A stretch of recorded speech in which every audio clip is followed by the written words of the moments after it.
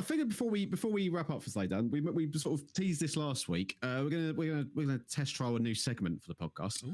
Called Tales from the Terraces. So what we did after last episode drops, both of me and them messaging in both our respective Discord servers, asking you guys, the listeners, to send in, all the viewers, depending on where how you're consuming this, to send in a funny story or any sort of funny anecdotes from your time of going over to watch the football. It could be whether it's your story Discord servers, by the way, through our personal Twitter handles. Yes, you can. At Big Meaty and at _BreezyFM. Everywhere. So yeah, you're easy to find. So you got no excuses really. It's all linked up. So I did this in my Discord. I had a great entry from Dan, or FFC Dan as he's known in my Twitch chat. So he's obviously a Fulham fan. And he sent me one. This did get a chuckle out of me. So he's a Fulham season ticket holder as well, bears in mind. So during another woeful Dan James cameo at Fulham versus Southampton last year, I got so frustrated with his incessant, seemingly apparent desire to play like a speedboat with no driver that I shouted out, "Of course he's rubbish. He's Welsh."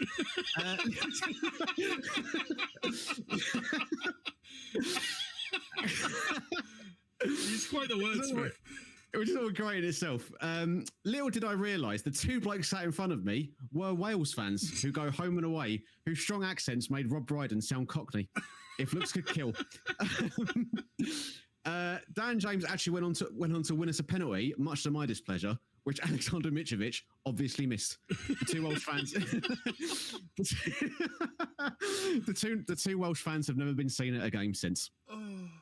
Well, which, yeah, shout out to Dan James. You know, I don't know. Obviously, I've having watched a lot of Dan James, the speedboat without a driver is about as apt a description as I can think of him. He plays like a pig on fire. Like he just runs 100 miles an hour everywhere, like with no idea what he's gonna do.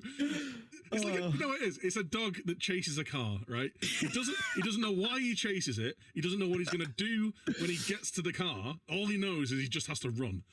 That's all he knows. That's the thing. It's like, and if he ever gets himself in a situation where he has the ball, he's run away from someone, and he's in a either has to make a decision to shoot or cross, he looks like he doesn't know what to do. Because he never thought, I never thought I'd be in this situation. I can't believe this has paid off.